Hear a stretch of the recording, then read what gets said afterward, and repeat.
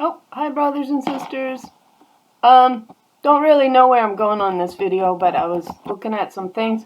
I find I work better almost when I just fly by the seat of my pants, which I'm going to do right now. So I'm going to put this down here. And we're going to just read and see what we can pick up in our simple understanding, because we very are simple to God. But we're going to pick it up, a verse in Daniel 4:34, and see what it really says and what it's really telling us, okay?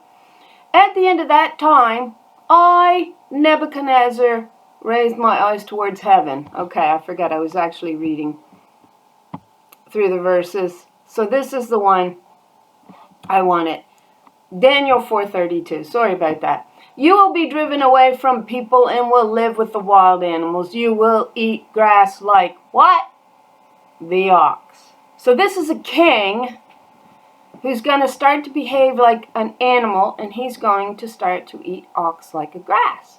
And the Lord says, 7 times will I pass by you until you acknowledge that the Most High is sovereign. Now we understood the number sovereign 136, a sovereign Lord, was actually identifying the daughter of Israel. Is sovereign over all kingdoms on earth and gives them to anyone she wishes. Just because they stuck the he pronoun in there doesn't mean we can't study for the truth. And that's the only way you're really going to prep. You prep for a lot of things you can. But when God determines that wrath's going to fall, the only prepping that is really going to matter is the truth that you're holding. Without truth, you're not going to stave off God's wrath upon you, and no amount of prepping can prepare you for that.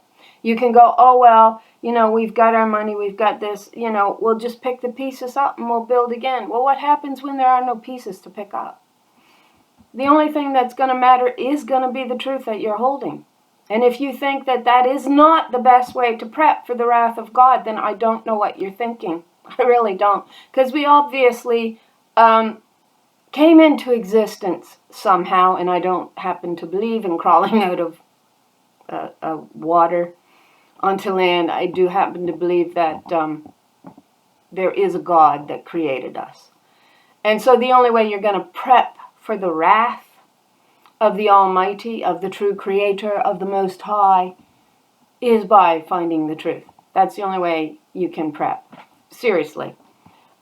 Aside from gathering a little bit more extra food and a little bit of this, a little bit of that, for those who are not rich enough to prep away like some are, yeah, we know. I think one of the best ways you can prep is to be able to identify a lot of wild herbs and edibles and stuff like that. Yeah, even that can be uprooted and taken from us too, though. There isn't much that can't be removed from us if God chooses to do it.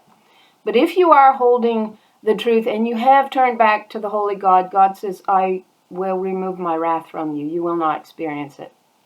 But to get back to this, you will eat grass like the ox. Where does that take us to?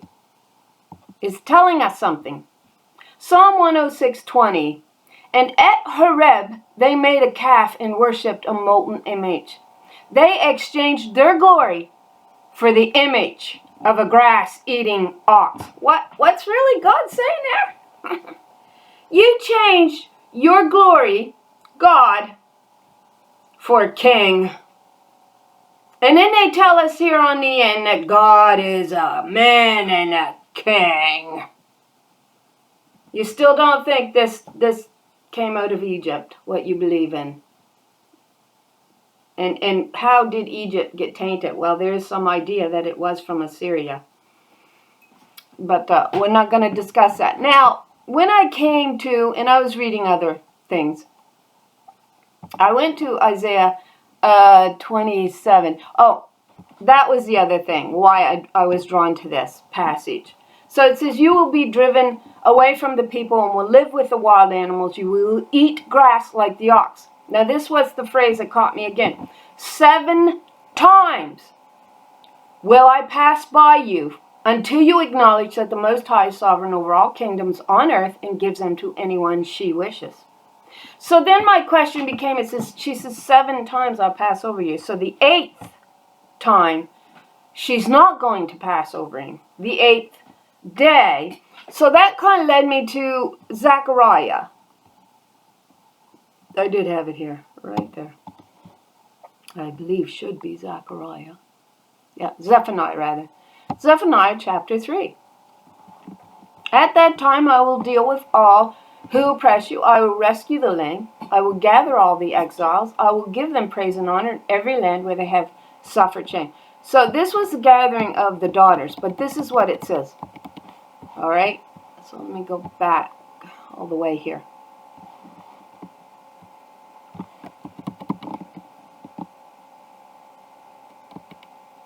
All right, so I got to go to the right passage that we're looking for, in the right translation, rather. Okay, so this is an interesting one to read anyway.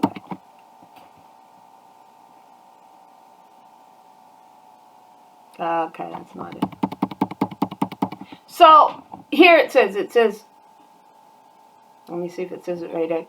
Okay, I will gather them that are sorrowful for the solemn assembly, who are of thee, to whom the reproach of it was a burden. Now, you know, all this festivals and all that aside, what was the solemn assembly? Wasn't that occurring on the 8th day, right? So that kind of led me to that passage in Daniel 4:32. She says, 7 times I'll pass over you. You'll eat grass like an ox. You changed your glory from your glory to that which eateth grass, which then is likened to a king. So you changed your glory, which is me, your God, for a king, or for that which eateth grass, an ox that eateth grass, which is the idol identified Psalm 106. At Horeb they made a calf and worshipped a molten image. They exchanged their glory for the image of a grass-eating ox. And then, or for a bull. And then you say, Lord, you want me to sacrifice an offering on the cross of a man, of a king, right? Because God is a king and a man. No, God says you are no God. You are nothing more than a man. God says that to Satan. See, Satan's clever. Satan is man, Adam. And he accused his sister. And he does it every day in the heavens. On top of that mountain it appears. And from that mountain there is some way into the second heaven where he is able to accuse us.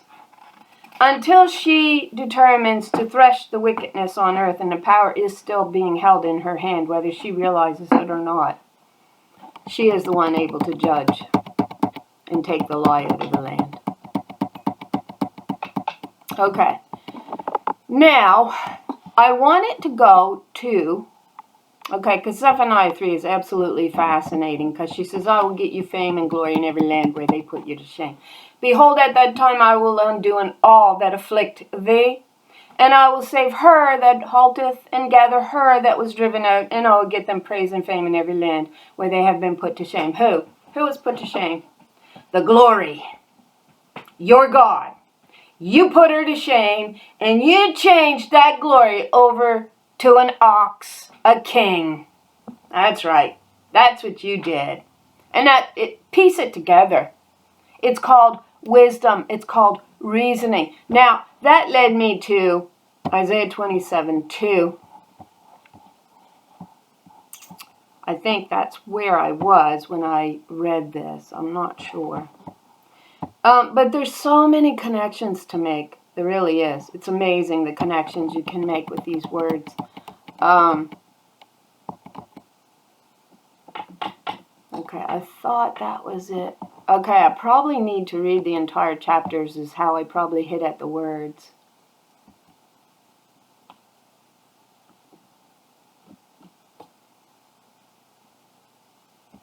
Sorry. Just looking for a word here.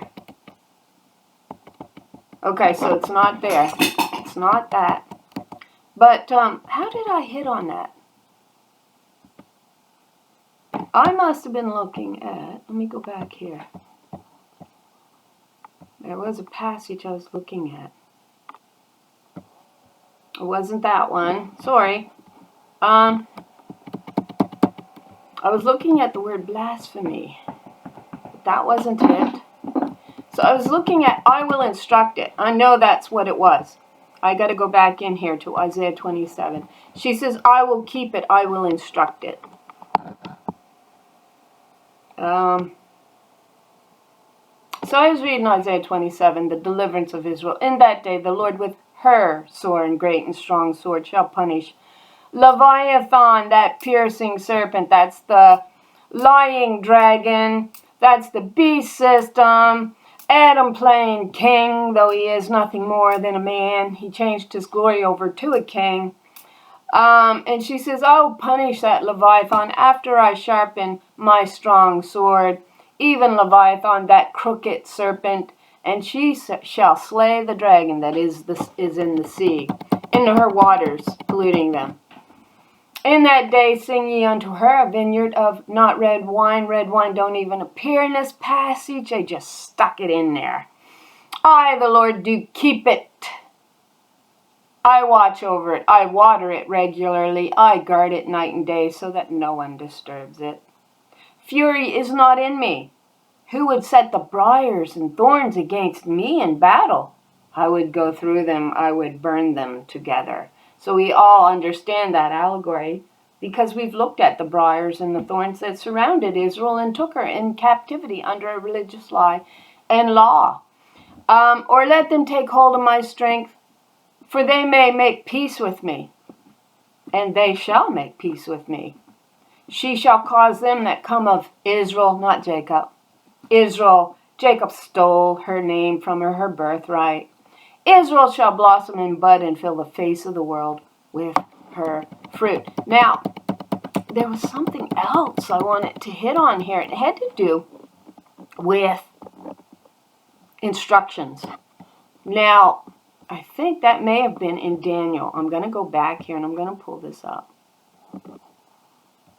And I had read down. Let me see here. Sorry.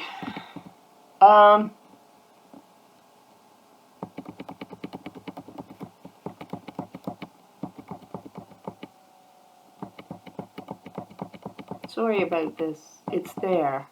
I just need to find it.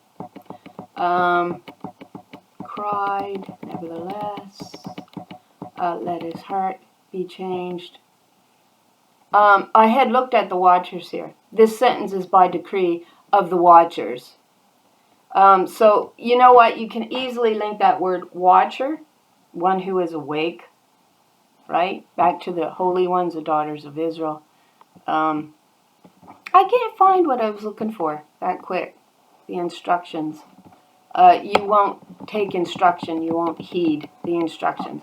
But the watcher here in Daniel, waking or wakeful one, a watcher. Well, that leads us straight back to the almond branch that blossoms, right? The almond branch, which then if you hit on the derivatives of almond branch, of course, we know it takes us to arousing oneself out of a sleep. We saw the sleep that came upon them, the warrior that was drunk. The Lord will awaken as a warrior drunk on wine. Well, that's the admixture on the table. 2 covenants, 2 swords, 2 dragons, 2 covenants, 2 sons, the false light that shines upon her. And the other thing I had thought of, this is really what you're supposed to do. This is really what you're expected to do once you learn how to separate, dividing. What does it say? Separating, dividing the word of truth. This is how you're supposed to do it.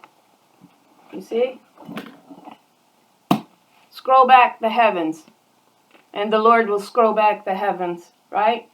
You've got the book here. Scroll back means to divide, separate the 2 covenants. They've made this one up of a man, of an idol that was told to you in the Old Testament.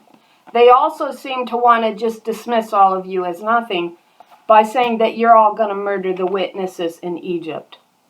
Egypt was a place of worship of idols, which is where we're currently apparently living in according to this covenant of Jesus Christ, which is no Christ. He's an idol built up. And so the Old Testament, she says, but I will lead you in pathways that you have never known. I will make crooked things straight, that crooked serpent. I will make the pathway straight, the one that he made crooked for you and told you a bunch of lies so you'll bow to an idol, a man as your Lord and your God. And you denied your true creator. You told the potter she had no power over the clay. That's what you told her. And yet that's almost the same speech in Isaiah 27, I believe. I was reading another passage just now. I can't be certain that that was the one. Yeah.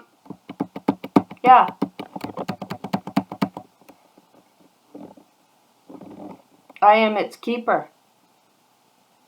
I am its watcher. I watch over it. I watch it regularly. I guard it night and day so that no one disturbs it. I am not angry. But if it produces thorns and briars for me, I will fight against it. I will trample it and I will burn it to the ground. You're not going to mess with the true daughter of Israel who has all power over everything. She says, I turn my back on you to see what you are. And you've just proven by rejecting my instructions, which was in Proverbs 1. And I linked their instructions. I can't find it now. I thought I had it pulled up here. Her instructions. To know wisdom and instruction. To receive the instructions of wisdom. You will understand when you are guided by wisdom. You will be wise enough to interpret. And it says to understand a proverb. And you will be able to interpret it. The words of the wise and their dark sayings. You will be able to do that when you turn back and you listen to my instructions. But then she says, you didn't listen to my instructions.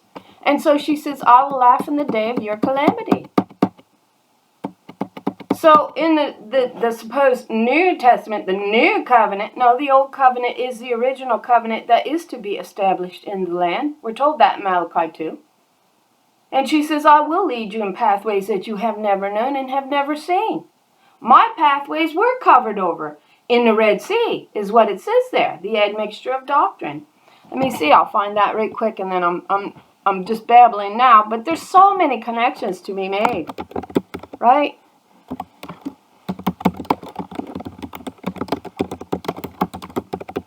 All right, that was found, right, Psalm 77:19. Your path led through the sea, your way through the mighty waters, though your footprints were not seen. And they weren't seen. Why were they not seen? Because of the admixture that came in and covered it over.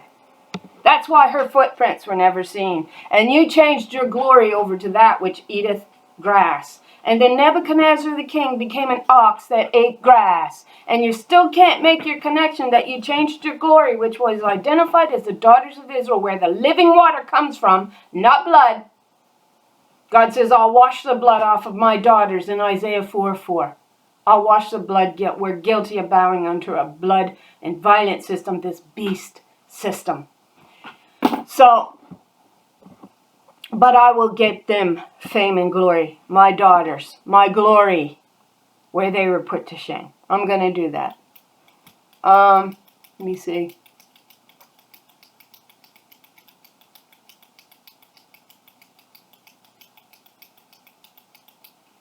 Okay, so I guess that's good. I mean, there's so many things. If I wanted to sit here and read, I could. It gets to be so fun. But do you think I can remember where that instruct was that I wanted to take you to? No.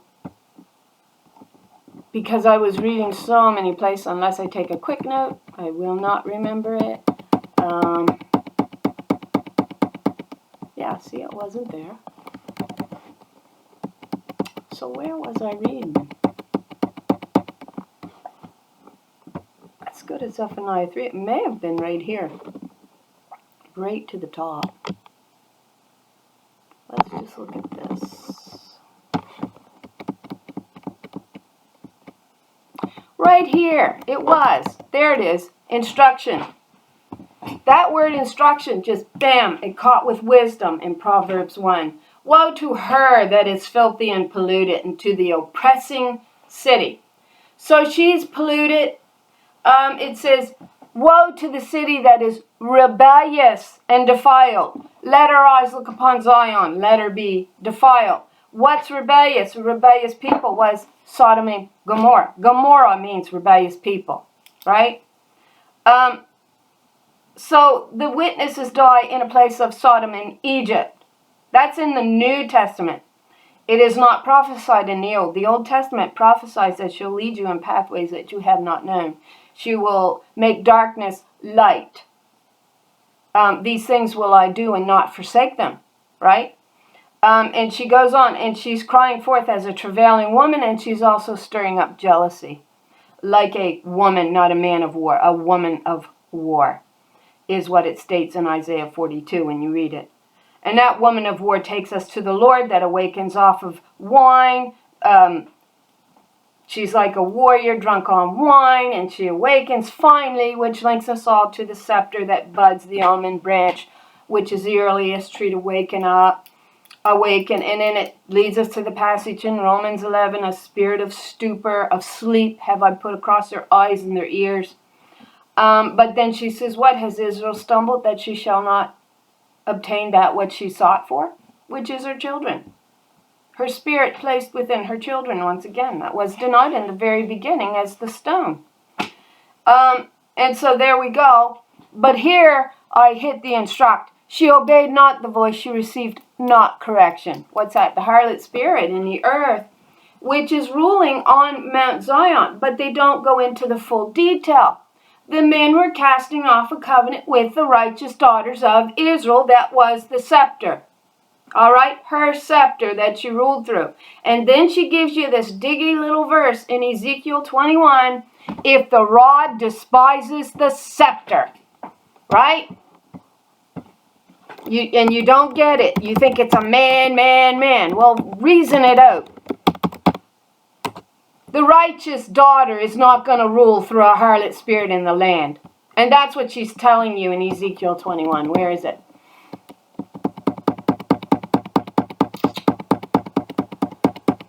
A sword is sharpened. It is sharpened to make a sore slaughter. Polished to flash like lightning. She says, if I take my sword, and it flashes. We were just reading that on the last video. And she has given it to be furbished, to be sharpened, that it may be handled.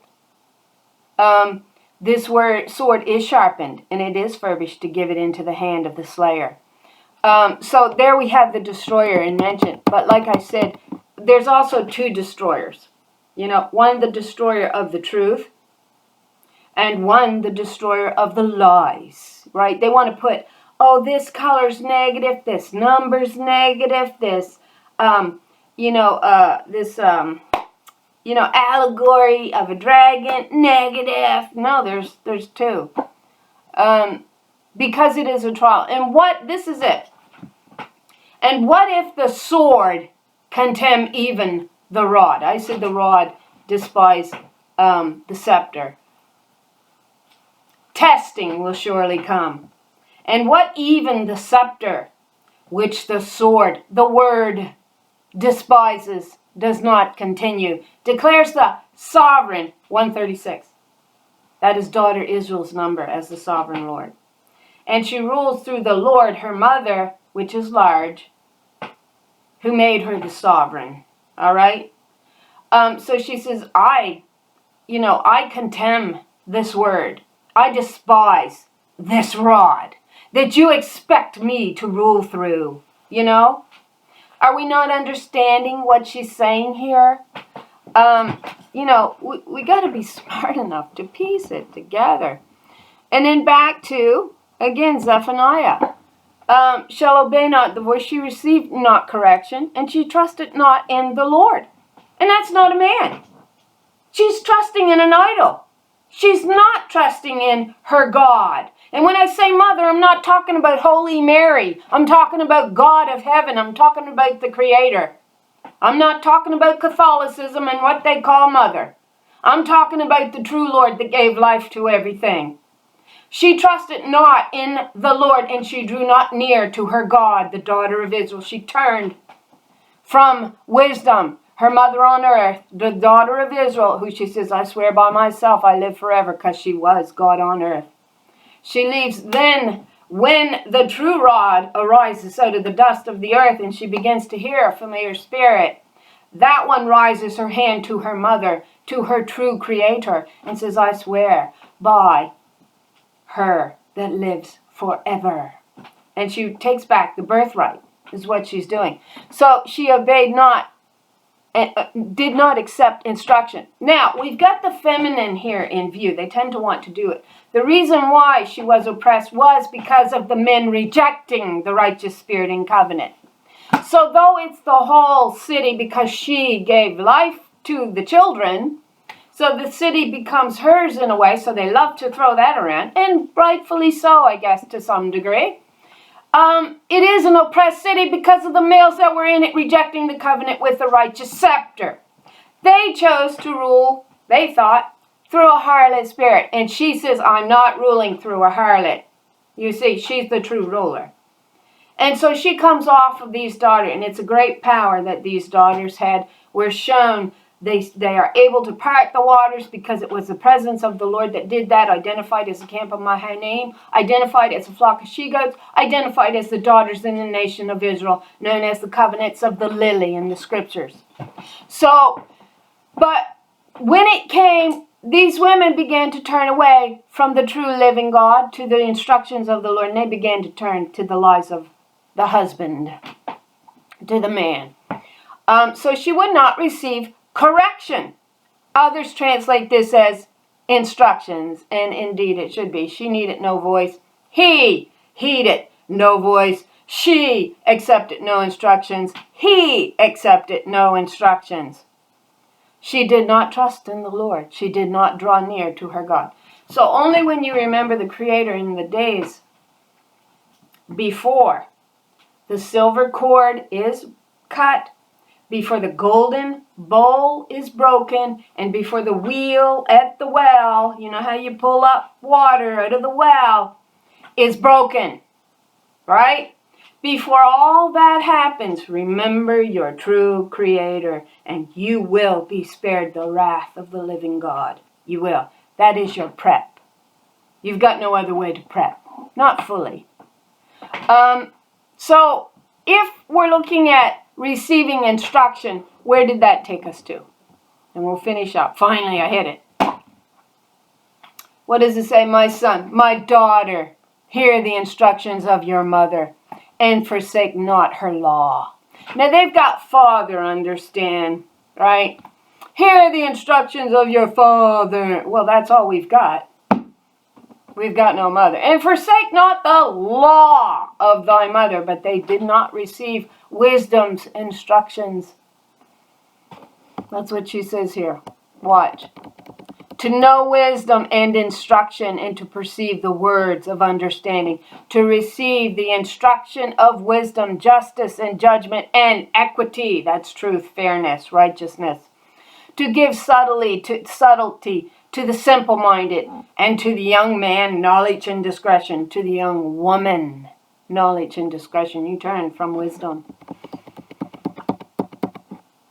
So, you know, you need to take the instructions before she's no longer here, before she's not here, or before she turns on you and says, you didn't want to hear me. You don't want to make sense. Fools love their foolishness. What does she say? How long, you simple ones, will you love simplicity? And the scorners delight in their scorning, and the fools hate knowledge. Turn you at my reproof. Behold, I will pour out my spirit unto you, and I will make known my words unto you. But because I have called, and you refused, I have stretched out my hand, and no one regarded. But you have set at naught all my counsel, and would none of my reproof. Who gives the water? That waters the vineyard, that keeps the vineyard, that watches over it. The daughters of Israel. She's actually identified in passages like Proverbs 5 and Song of Songs 4, 12 to 15. She is the well of water. So it says why she is here, why the water is here. Listen to her before the silver cord is cut, before the golden bowl is broken or jar, and before the wheel at the well is broken, and you can no longer retrieve the water that you need. So, but ye have said it not all my counsel, and you would none of my reproof. I also will laugh at your calamity. I will mock when your fear cometh. Where does that take us to? Well, Psalm 2. Psalm 2. That's where we find wisdom, she birthing her firstborn daughter. The one enthroned in heaven laughs. The Lord taunts them. Then she rebukes them in her anger and terrifies them in her fury. She has right to this because you wouldn't turn to her.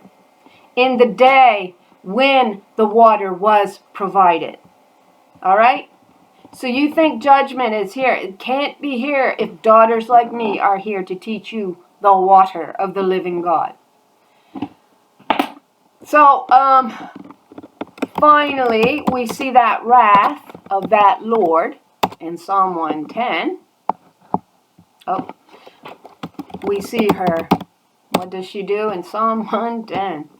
This is what she does. And then I'm done. Okay?